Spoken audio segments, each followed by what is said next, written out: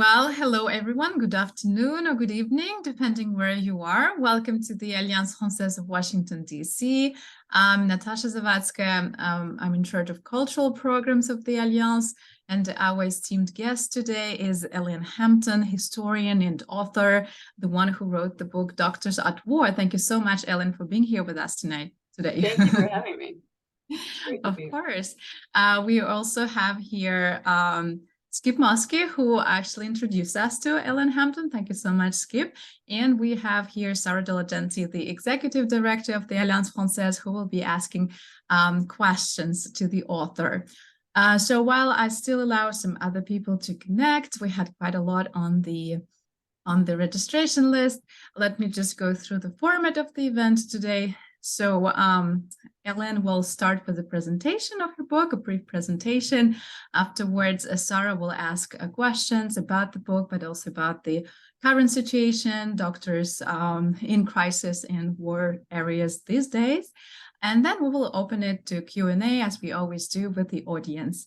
So if you have any questions, you can enter them at any time in the chat. We don't have a special Q&A section, I don't think so. So you can just enter any questions in the chat and we will address them during Q&A session, okay? Voila, so this event is being recorded. It will be later on uploaded on our YouTube channel, as we always do.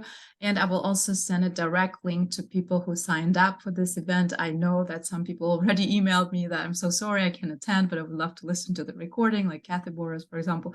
So I will do that.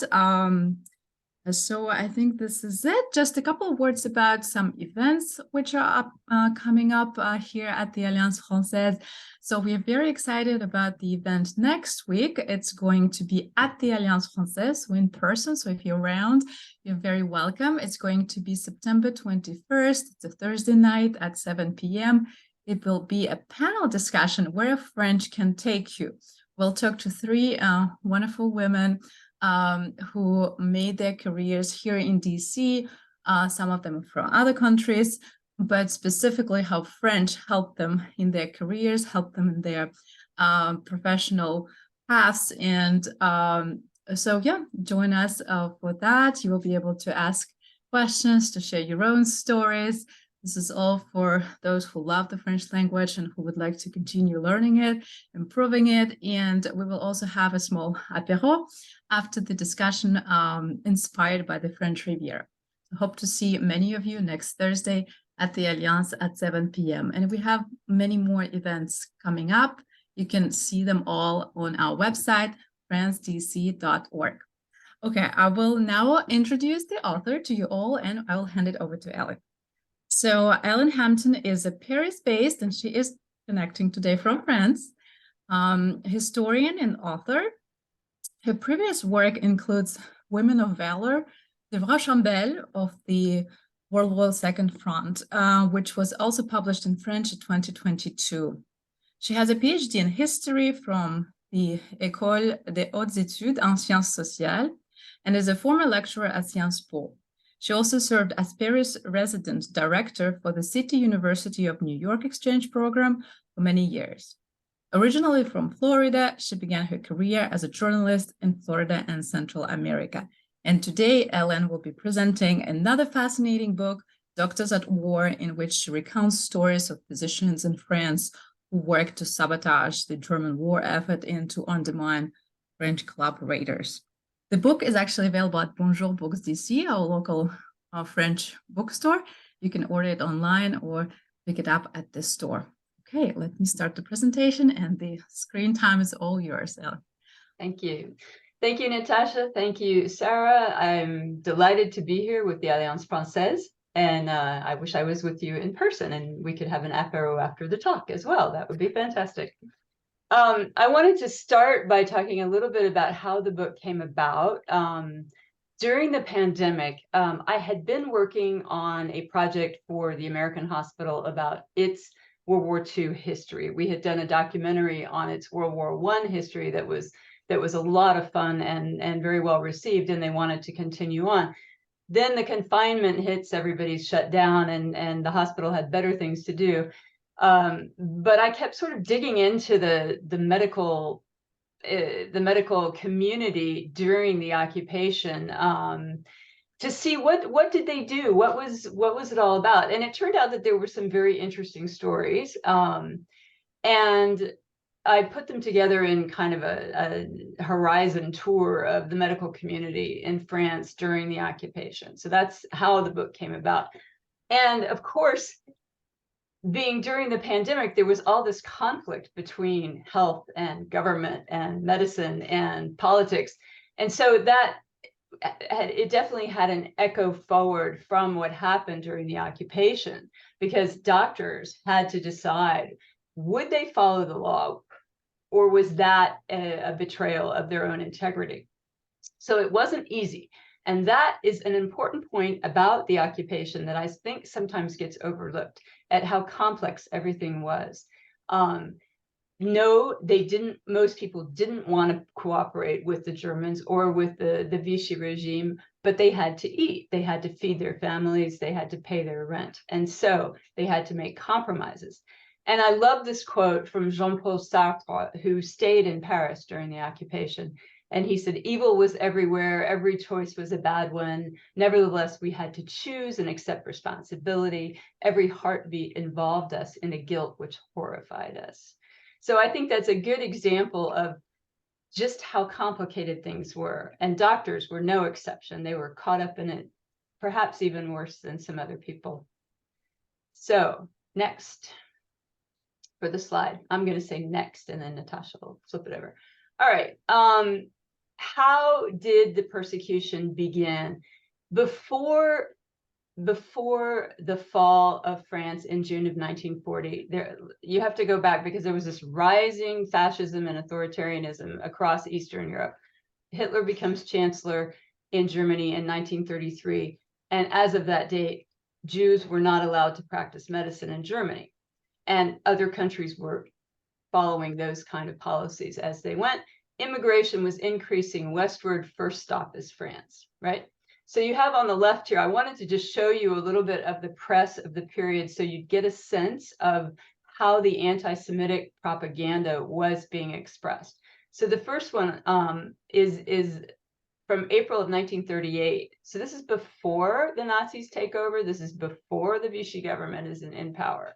And they're already saying too many undesirable foreigners, you know, and it's just, they're talking about it in terms of the medical community. So I'm focusing on that. And if you get bigger and broader, then you lose the thread of the story. So that was one reason working on the doctors helped tell the story in a very specific way.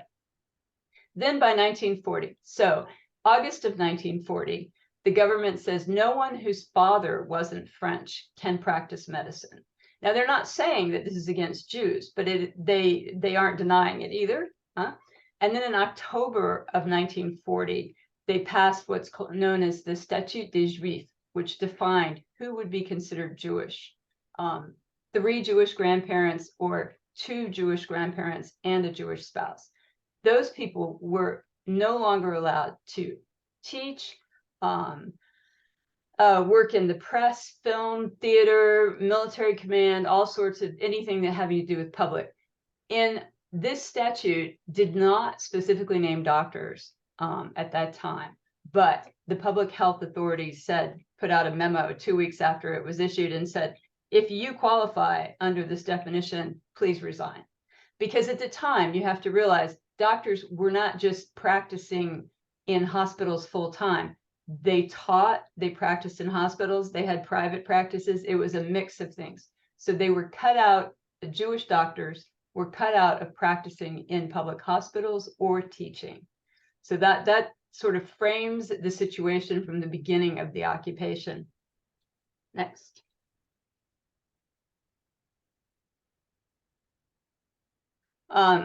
And we get to Dr. Robert Dubray, who is one of the most prominent doctors in Paris at the time. He's a, sorry, I can get that out of his face. He's a 57-year-old widower. He has 3 grown children, one of whom will become the first prime minister under Charles de Gaulle, Michel Dubray. You've all heard of him. His father was the chief rabbi of Neuilly-sur-Seine, But he, as a teenager, walked away from religion. And it was a difficult choice, but he considered himself a man of science and not religion. But here comes the Nazis and Vichy, and they say, no, you're Jewish. That's it, you know. So he gets pushed out of teaching and hospital practice and all these things, and he's just furious about it. So he says, what can I do? And he hears about one of the very early resistance groups called the Musée de l'Homme. It was from the what is today the Anthropological Museum at Trocadero. That was one of the first resistance groups that was formed. And he met some of the people, and they said, look, can you type up tracts that talk about things other than the propaganda that the government is providing, because the people are only hearing what the government wants them to hear, and they need another voice. So he says, sure. And his romantic partner, Elisabeth de la Bourdonnais, she does the typing. Very good. So they aim to leave these tracts in public places where people could just find them and read them sort of without making a commitment to anything like that.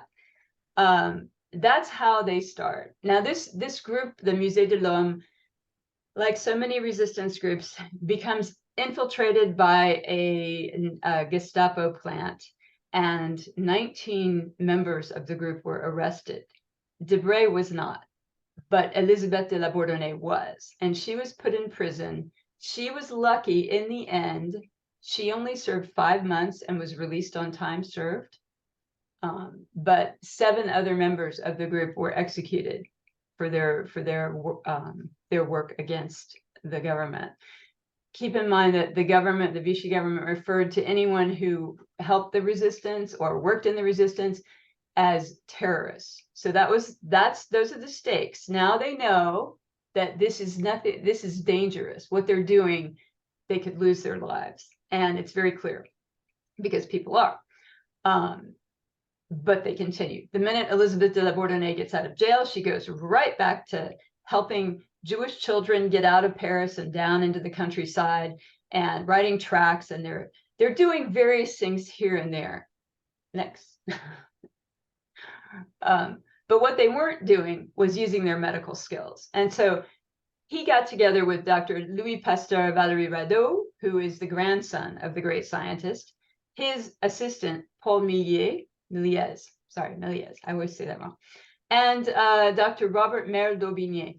Now, Pasteur Valéry Radeau is possibly the most prominent physician in Paris at the time. He's so well known socially, he's in every circle, and he's also very eccentric, and he runs around telling everyone publicly, oh, the Nazis will be gone before long. And so Paul Méliès, his job was to kind of keep his boss out of trouble. Wasn't easy. And Merle d'Aubigné was the son of the Protestant pastor of Neuilly-sur-Seine. So it's kind of funny because you end up with Dubray and Merle d'Aubigné, who were friends. They knew each other, and they also knew, they called them PVR, Pasteur Valéry Radeau. So PVR is easier to say. And so they represent sort of different sectors of society, all sort of high society, but it's an interesting combination. And they got together in March of 1942. They formed the Resistance Health Service, which was the first medical resistance group in the country. And they wanted to try to use their medical skills as well as their social authority. They had wide contacts.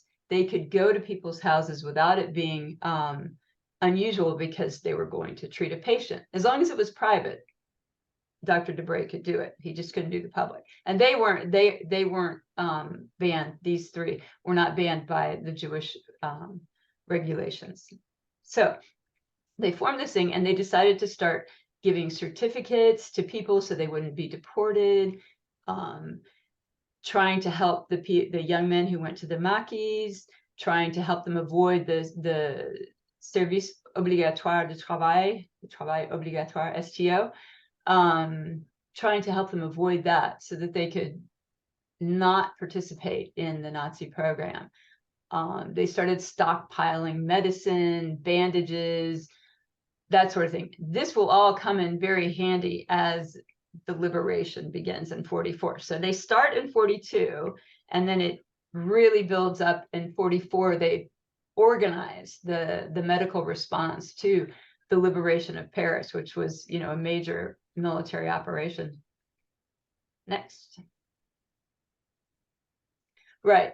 So going backwards just a tiny bit, but oh, I wanted to mention that there are doctors also who are very happy about the Nazis and the Vichy program, and especially the persecution of Jews. There are doctors who turned other doctors in and made things up. You know, as in any moment of history, you're going to have the good, the bad, and the ugly. Well, France was no exception. So one of those doctors was Louis Ferdinand Destouches, who is better known by his literary nom de plume as Celines. He published pamphlets saying that the Vichy government wasn't hard enough on Jews. They needed to be worse. And another guy called Georges Montandon, who was absolutely all about racial identity. He came up with 5 different races for France, from the Mediterranean French and the Alpine French and the Central, and all of these are races according to him.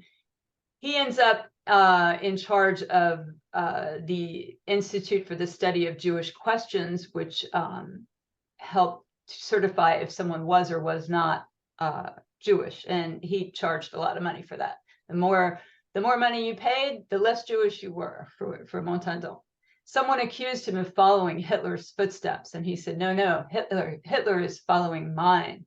He was that kind of guy.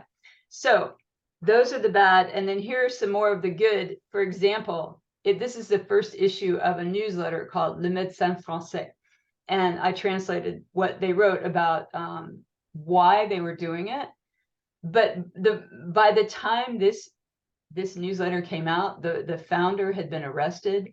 And the second person in charge as well, both of them were executed, I think at Mont Valérien, but they were both executed for their work. So this may look like nothing, this may look like a small step, but it was life-threatening. So next. Another group that doctors became involved in was called Vengeance, which they went to work with that in mind. And in the center here in the raincoat is Dr. Victor Dupont, and just to his right is François Vetterwald. And they formed this group called Vengeance, which became, in fact, a sabotage and destruction. It started as an intelligence group, but it quickly turned into sabotage and destruction and working in the maquis. And they were doing a whole lot of very physical things. They were doctors, but they weren't doing medical resistance. So that was a different way to approach it. One of their big operations was they blew up the STO office on the Rue de Franc Bourgeois in the Marais. They blew it up with about 100,000 cards and reports on workers for the STO program.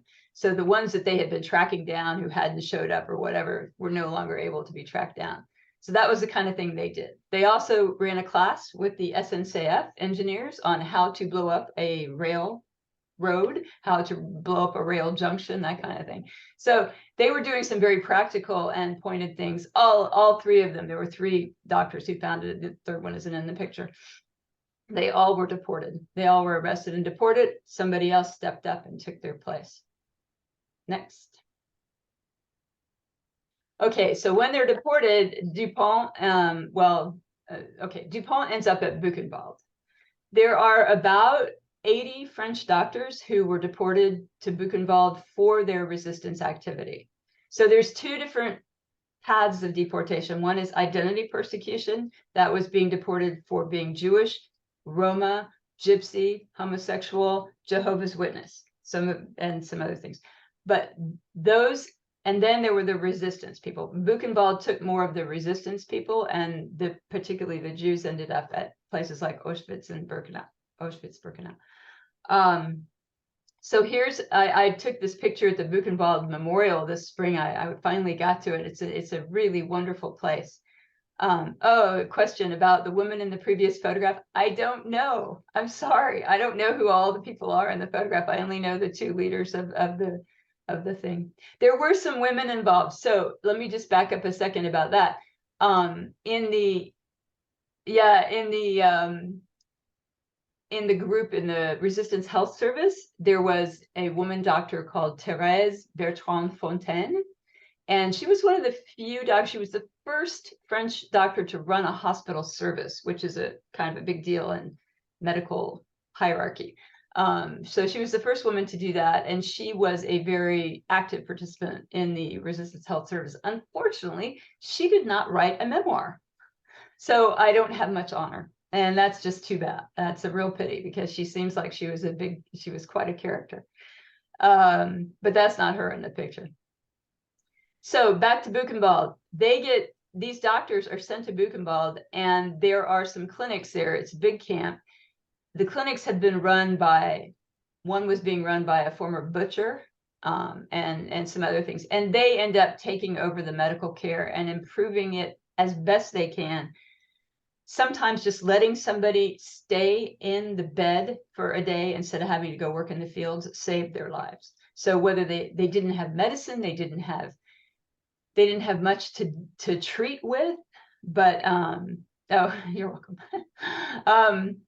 They nonetheless managed to improve things a bit and save a lot of lives. That's certainly part of it. So one of the chapters in the book is all about Buchenwald, and it was heartrending to research and to get to know. You know, it's worth looking into. Anyway, next.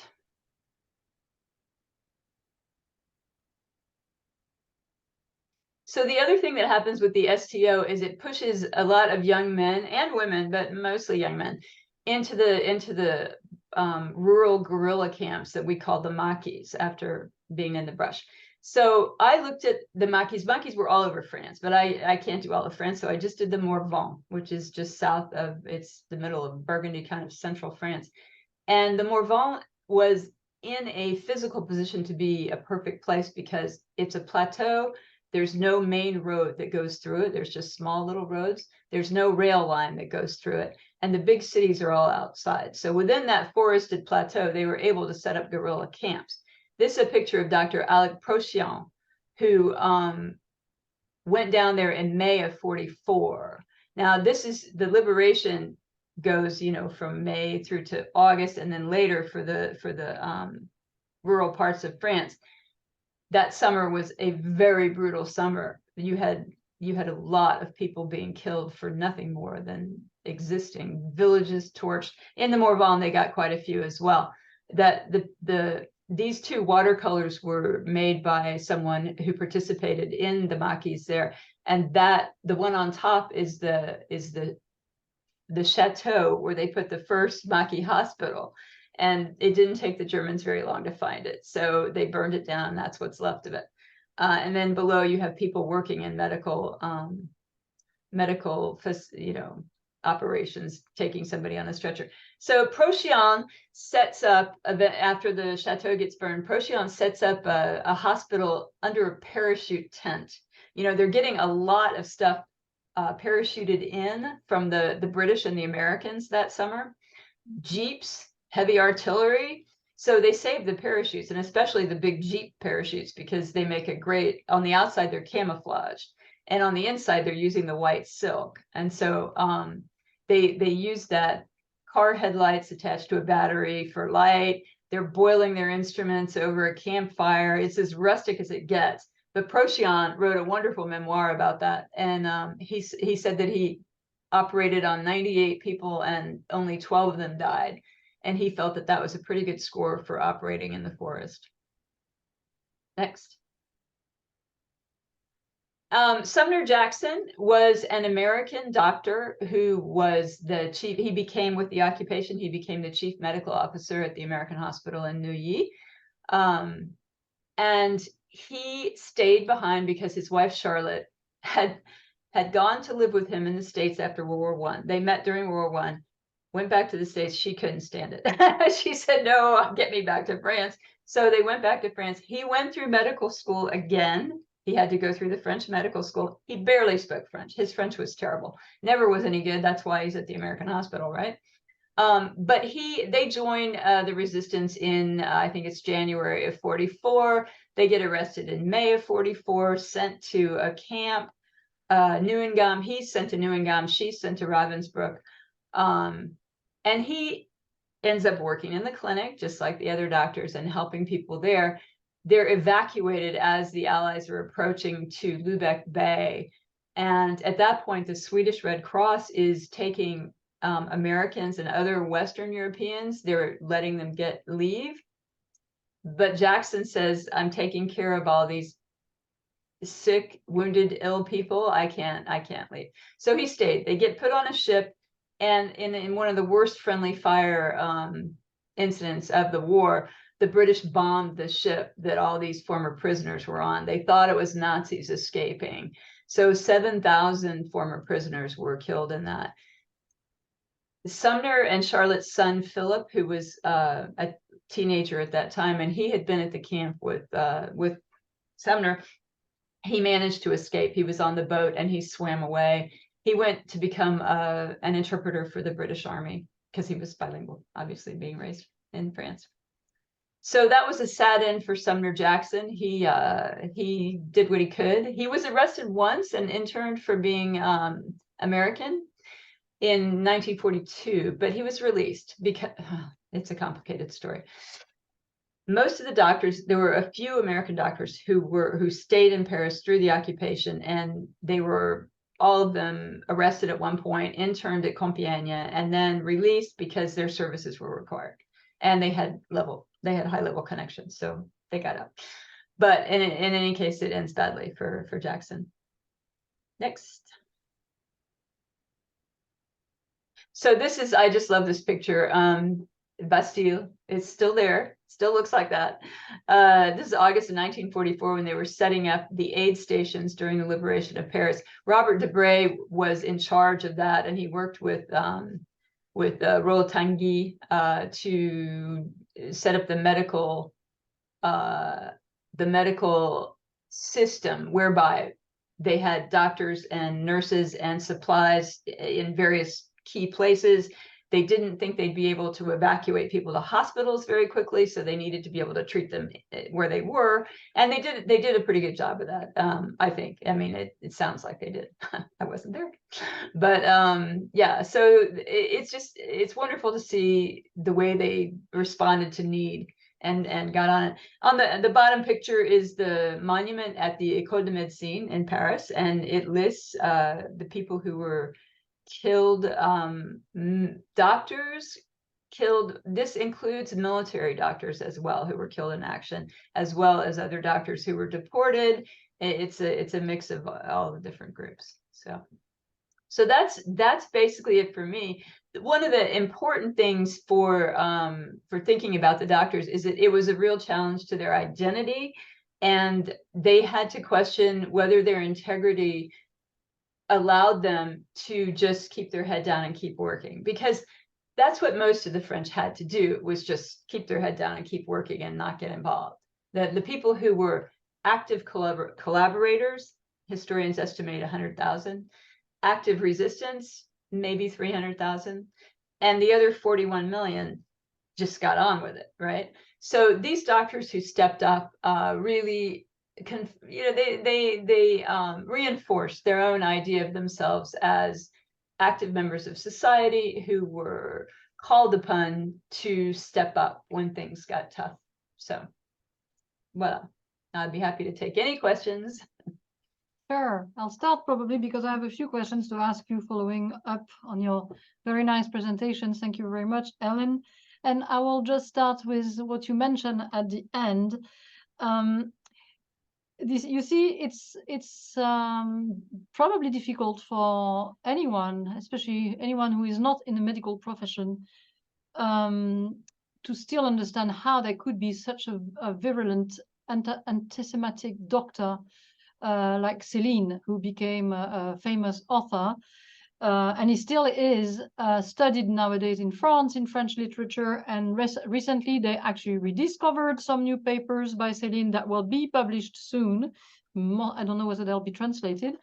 But so I guess we can ask ourselves and really what makes a good doctor? Is it just his medical expertise? Is it his human expertise? Can a doctor separate his career as a healer from his political opinion? Obviously, it was not the case with Celine. And how can a doctor be a racist is something really you mentioned before about Robert Dubray choosing science over religion.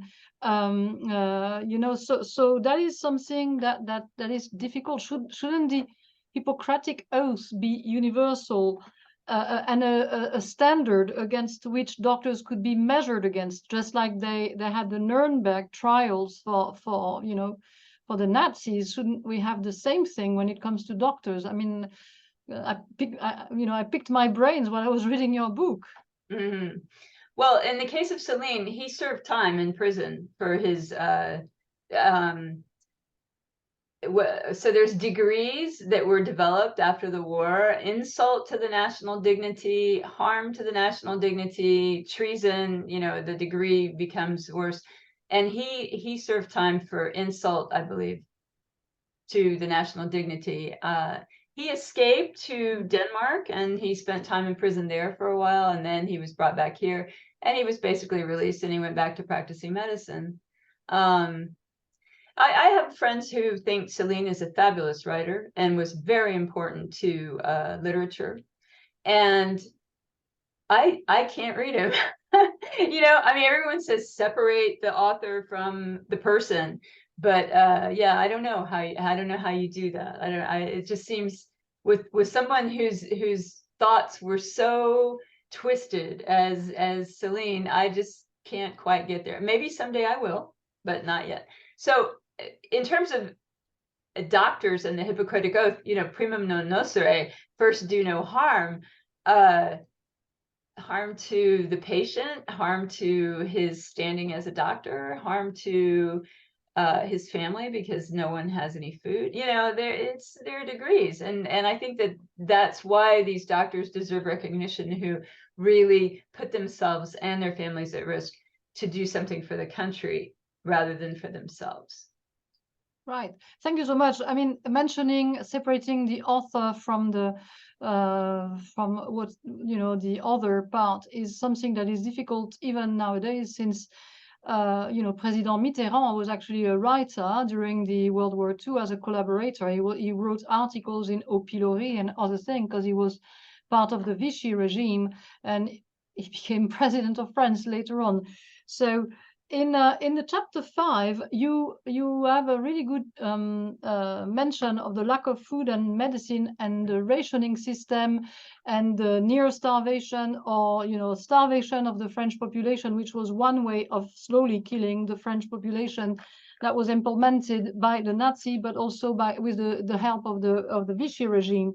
So would you say, if we look at what's happening in the world, for instance, if we look at what we call here in the West, we call unfriendly countries, whether it is North Korea or Iran or Russia, the fact that there are sanctions decided by people above us who are in power, not us, but against civilian populations, and especially in terms of medical supply. I'm not talking about cars or any, luxury items. I'm talking about the basics. So we have women, or in Iran, a lot of women who are dying of cancer because the cancer medication is not allowed, who are produced in the US or in either Western countries, are not allowed to be sold to the Iranian government for the purpose of helping those women who have cancer. The same thing happens, obviously, with Russia nowadays since February 2022. So what can we look? Should we look at ourselves about what has happened in World War II? Are we reproducing the same thing, or what else? How can we judge that? It's something that have been really bothering me for the last few years. Well, it's certainly a sticky wicket, as we say. It's a difficult question, and I don't think it's a very clear cut. I don't think there's a clear cut answer. So there are the countries that have done, the reason that they're under sanctions is because they've done things, and holding back exports to them is a tool to put pressure on them to stop behaving in this manner. I mean, that would be the government's, that's a diplomatic answer. It's not a medical one. Obviously, nobody wants to make the civilian population suffer. That's not, except perhaps their governments. But that's not what anyone wants. You know, I think it's one of those things you have to weigh. How much good does the pressure do versus how much harm does it do to the civilian population? And that's way out of my pay grade there. I have no idea. I'm sorry. You know, it's just a very difficult question. Yeah. So after World War II, there's a few organizations, medical organizations, non-governmental ones have sprouted. Of course, everybody knows about Docteurs Sans Frontières, Doctors Without Borders. There are a couple of others like Médecins du Monde, Terre des Hommes. I can't right now think of any other ones, but I know because I have my sister and my brother-in-law who actually I've worked with these organizations. So would you say that these non-governmental organizations are inspired by humanist ideal, which is itself inspired by what happened during World War II? Well, it certainly began after World War II. With Robert Dubray was one of the people who organized UNICEF for the children, you know, and he also became very involved in helping medical networks develop in Africa. There's a little colonial tone going on there, but we'll overlook that for the better good of helping people.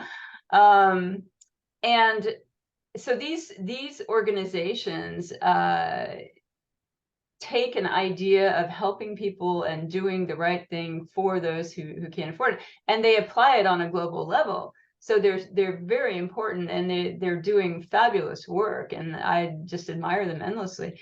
And I think this is post-World War II, post-World War II development. So certainly, Dubray was also very involved in reshaping the French medical system to make it a global system for France, where everyone gets healthcare and the prices are controlled. He was instrumental in that, because by the time they did that, it was like 11 years after the war, I think. He was basically retired, and he said, I'm only going to participate in this if we really do something. I'm not just going to sit around and have conversations about it, you know. So they were able to do it also because de Gaulle he had extraordinary powers of ordinance, which meant he could put it through the legislature without a vote. And we won't get into how that happens still today. But yeah, and so that's why the medical system in France is what it is today. I mean, you have Dubray to thank for that. No. So in your book, when I was reading your book, I couldn't help thinking of two doctors, actually one from literature and one from TV, both coming out of French origin. One was Dr. Rieu in La Peste of Camus, which was written during the war, actually, and which shows an example of resistance against obviously external circumstances and the plague, and of course, you know, during the lockdown, what we lived, you know, a lot of us started to read La Peste again, and you know, others starting to read other things, but then also the because what I really loved in your books is showing how some doctors actually in the resistance even worked with some intelligence services in Vichy and got information until obviously those people were caught, but also how, and you mentioned it now in the presentation, how there were so many who denounced and so many who were resisting. There was this other doctor in the TV series called The French Village, who becomes a doctor turned mayor, and who is really the example of the doctor turn between duty towards his patient and then duty towards the citizen of the village, that he becomes the mayor of, you know, out of a turn of circumstances, really. So were you in touch with the people who actually wrote the series, or was it the vice versa? No, the series was produced quite some time ago, in fact. No, and I didn't even see it until after I had written the book. But I thought it was excellent. I thought it was really well done. And it showed the complicated atmosphere of the occupation and how difficult it was. And it also showed brilliantly, I thought, how nobody thought it was going to apply to them. so many people during the occupation, like, yes, but I'm French. Yes, but I'm socially prominent. Yes, but I belong to this club. And they thought that they were never going to come for them, and they came for them. They came for everybody, you know. So the French Village series, I thought, showed that very, very well. Yeah. As for the pest, gosh, it's been a minute since I read that. I have to confess. I don't think I could comment on it without having another look at it. But certainly, I did read the Kamel Daoud sequel to the pest, which was, I thought was fun. Yeah, that was great. Yeah. I have one last question before jumping into the chat, because I know apart from the woman in photograph, I know we have a few other questions in the chat. But what was striking as well is that those doctors in the resistance and doctors at war, those one in conflicts, like Dr. Procience, whom you mentioned, they even had, even though they were, fighting against obviously the Nazis and helping those who were wounded, but they even have their own internal debate with their conscience. And in particular, I seem to remember a case where one of the wounded asked, or maybe the doctors together asked to help one of the wounded die, and Dr. Procience said he couldn't do it. He could not euthanize, because, and then actually the person, I think, survived. So did you meet or did you read any documents other than that testimony from Dr. Procience about the doctors in conflict, in resistance, being faced with this dilemma? I remember the Procience incident. Procience wrote a wonderful memoir, and I've been in touch with his widow, and she's been very helpful. He remarried after his wife died. And I'm trying to think if there were any other incidents of that type, and I can't think of any, to be honest. I think for the most part it was pretty clear cut. They helped people, you know. The resistance came. There were some incidents of resistance who were injured, asking for help, and the doctor saying, "If I help you, I write my own death sentence." But they were isolated incidents, and none of the doctors that I write about did that. I mean, I'm obviously looking at the doctors who were active and proactive and did things. So I'm sure that it did happen at times. That happens in my Rochambeau's book, though. Again, I'm just remembering that, where a wounded soldier asked one of the Rochambeau's are ambulance drivers, for those who are just joining us. And they asked, a wounded soldier asked a ambulance driver to shoot him, take my gun, shoot me, put me out of my misery. And she refused. She said, "I can't do that." And he did die a miserable death, but it's, that's a question that's a little bit too far for someone who's a health professional to do. Yeah, well, nowadays it's changing in Europe, because some countries have allowed for assisted suicide, even if not euthanasia. So a couple of questions from Melanie. One of the question actually says, how did they fall for the pseudoscience stuff, in particular when you mentioned Robert Montandon, and everything? But actually, we could actually use that, saying like, how can doctors nowadays fall for the pseudoscientific stuff? Because we have Dr. Raoul in France, in Marseille, who's saying like the COVID vaccine is killing people, and Dr. Demoliger as well, another one of those anti-vax person. So it's not something that they do only in the past. I think we should use the present tense. And Melanie had a second question as well, and I'm regrouping them all. She's concerned about anti-Semitism today. It seems to have grown, or was it just always here? I don't know whether it's just about France or the United States, but if it's about France, let's limit it to that. Yeah. So anti-Semitism first, maybe. France has experienced increasing expressions of anti-Semitism that had disappeared, or I don't know if we can say disappeared. I haven't been here that long, but it had certainly been reduced in the past. And a lot of people believe that it's because we have here in France a lot of immigrants from Arab countries who have been taught anti-Semitism, and so now France has to unteach that. France has to teach them that what they were told is not true, and it's, you know, and it's wrong. So that's one of the reasons for the rising anti-Semitism. There's rising fascism and authoritarianism around the globe too. We're kind of in a 1930s moment. So those kind of political parties and groups need an enemy. They always need an enemy. So it depends, pick your enemy. Is it going to be immigrants? Is it going to be Jews? Is it going to be whatever? They'll find an enemy, and then they make up all the lies about it. That's exactly what happened in the 30s, and that's exactly what happens today. In terms of the doctors believing the pseudoscience, I don't think they did. I don't think it was a question of science for them. It was a political decision on their parts to consider that. I mean, so there's, you know, the eugenics was a big science before the Second World War. That kind of fades away, or it takes new tracks. I was just at a conference in Oslo, and this question came up, and the medical historians got into a big down about eugenics. Was it gone, or had it simply transformed? But those are some of the, you know, I don't think that they believed it in a scientific way. I think they believed it more in a political way.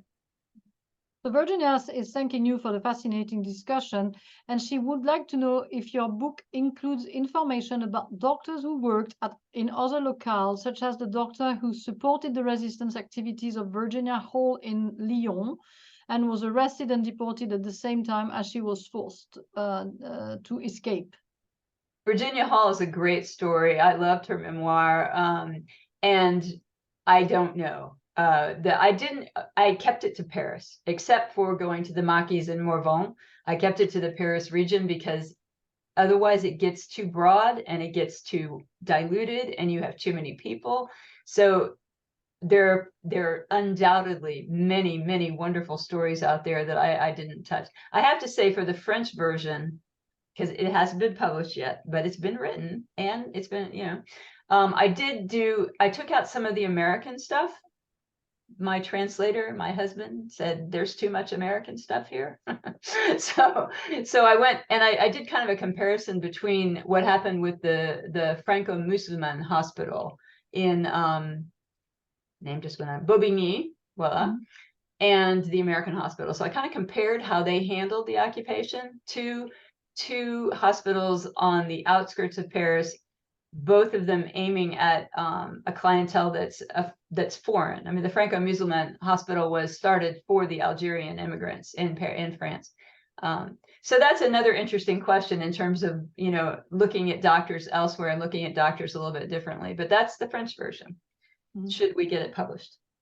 So Milena is reminding us, of course, that the great and most influential philosopher of the 20th century was a Nazi, Heidegger. And Joan Churchill is saying that some of the Jewish who thought they would be immune from the anti-Jewish policy were mostly World War I veterans who thought their or their family members' service in World War I would exempt them. But Annie is wondering why Robert Dubray, who was Jewish, was not thrown into prison while his girlfriend, whose aristocratic name was Elisabeth de la Bourdonnais, was thrown into jail for a few months and then released while they were both running a resistance organization. So good question. And Robert Dubray was exempted for his service in World War I. There were 10 very prominent French doctors, professors, writers, scientists who were exempted because of their World War I service. And so it was kind of a hands-off Dubray. That was it. He was given that, and the Germans didn't like it, but they agreed to abide by it. So that's why they didn't arrest him. And perhaps they didn't have proof against him for the Musée de l'Homme. They got Elisabeth de la Bourdonnais because she had hosted at her apartment a Jewish, was he a scientist? Anyway, he was a resistant, Leon, or was he a doctor? Now I forget, I'm sorry. But she hosted him, hid him from the Gestapo basically at her apartment and got caught, basically. So Dubray did not get caught doing any resistance work. Had he been caught doing resistance work, the exemption would not have helped him. I think Natasha has a question for you. Yes, thank you so much, Ellen, for your presentation, and thank you all for these great questions. So to connect a little bit to modern times, I have this question. So in your book, you stress the fact that all these doctors you're talking about were able to use their social position, their social status, which was quite high and influential, to get what they want in a good way, to help people, to get them out of the being dragged into camps and so forth. So do you think that today's doctors have the same level of power? Yeah, that's an interesting idea. Perhaps not. There are a lot more doctors today than there were then, 5 times more. I did the little comparison.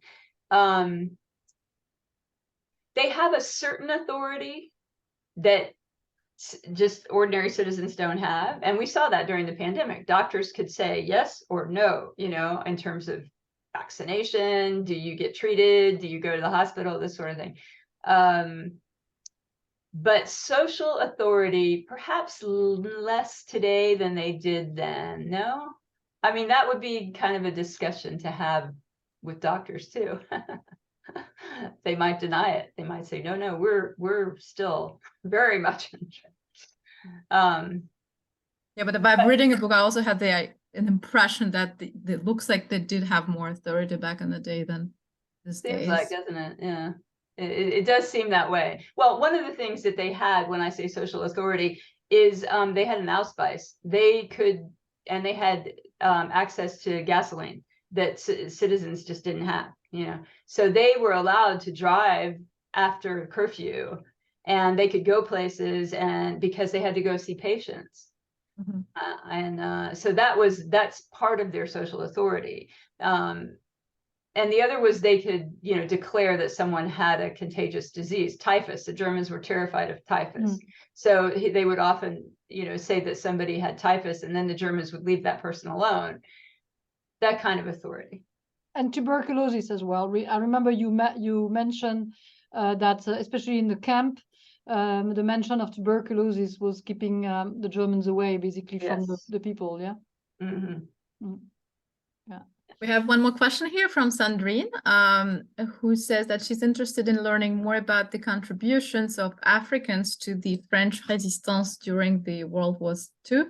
Could you kindly provide insights into how individuals from African backgrounds supported the resistance efforts in France during that period? And thank you. Yes, I would love to tell you that I know a lot about it, but I don't. There's a part, okay, so there's a guy called Maceo Jefferson, who was a jazz singer and composer, and his music is still out there today. You can find it on YouTube. And he, in the early days of the occupation, no more Black people were allowed to perform. So he became a driver for the American hospital and ends up in the camp at Compiègne. I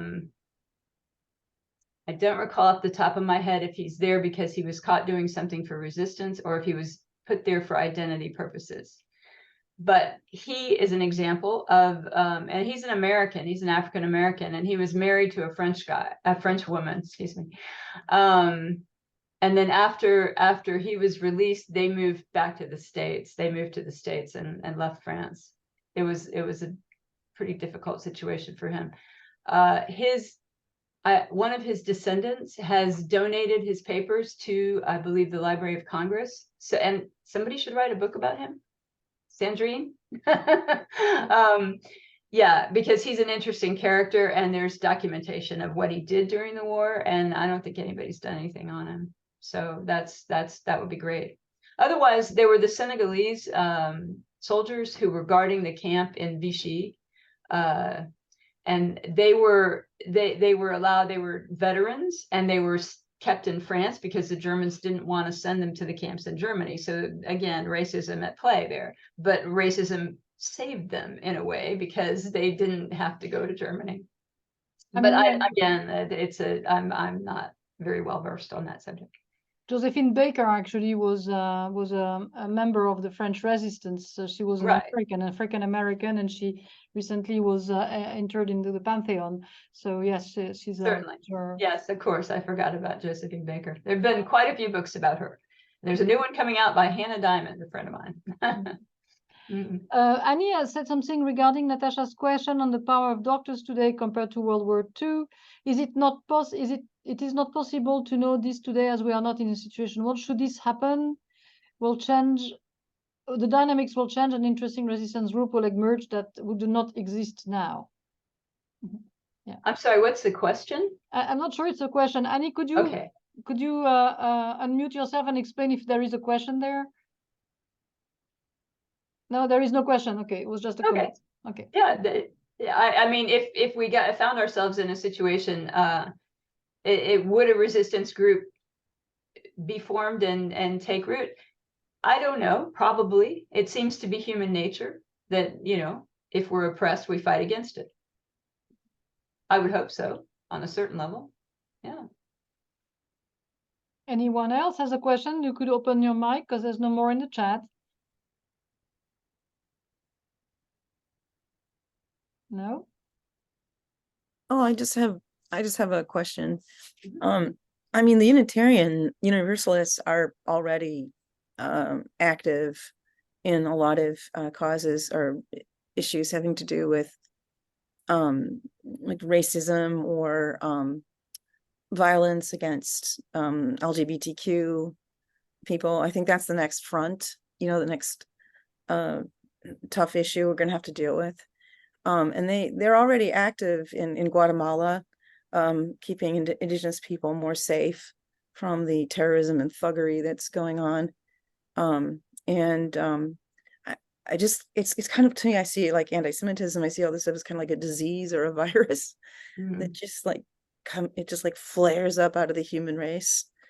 And I just feel like we have to be vigilant, and we have to just confront it and fight it, and not just put band-aids on it, like really go after it. Like I already found in our neighborhood, in our little reading house, Nazi pamphlet. And yeah, this is Arlington, North Arlington. So, I mean, it's like, okay, so the coward who put it there is like, to me, zero, but that's, What did you do with it? I threw it out. You took it out. Yeah, I took it out and I threw it away. I talked to our temple, and that we're affiliated with. So, I mean, through the Unitarians. So, I mean, I just don't have any tolerance for it. So, and rightfully so. I mean, you have to push back. You have to push back against hatred, because it's just hatred, and hatred knows no reason, and hatred knows no rhyme. It just finds an enemy and goes after it, and it doesn't make any sense, and it's just stupid. Yeah, it's just tough. It's just tough. Yeah. Thank you, Melanie. So I think we have no more questions. Maybe to just wrap it up, Ellen, and what's your next project? Well, I started a series on I'm sort of turning towards fiction. I've done 2 books on World War II, and I'm going to move out into medieval times, The Castle and the Cross. It's a series about real life people. The historical part is true, and then I throw in tons of sex and violence and lots of tension between the church and the counts, which there was a lot of tension there. So yeah, I'm hoping, I don't have an agent for that right now, and I have to get an agent, and then I have to get a publisher, and that's always the worst part of writing. The fun part of writing is research and writing, and then the publishing part is always kind of difficult, but you have to do it, otherwise you don't get published. So yeah, so that's where I'm going. I'm going medieval.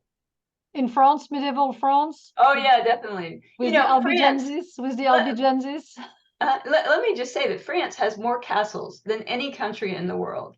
France has about 15,000 recognized castles, some in ruins, some just bits, but 15,000. The next closest is England with 3,000. Okay. And they were built by French, basically, right? These are the French. These are the French after the William the Conqueror who came to England and started building all those castles.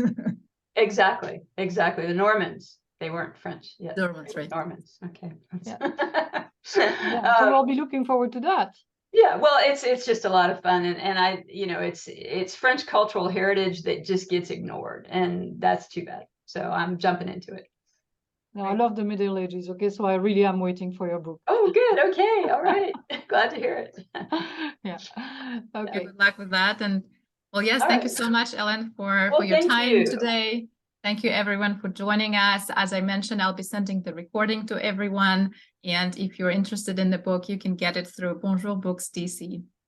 Thank you all. Like the book. Thank you all. Appreciate it.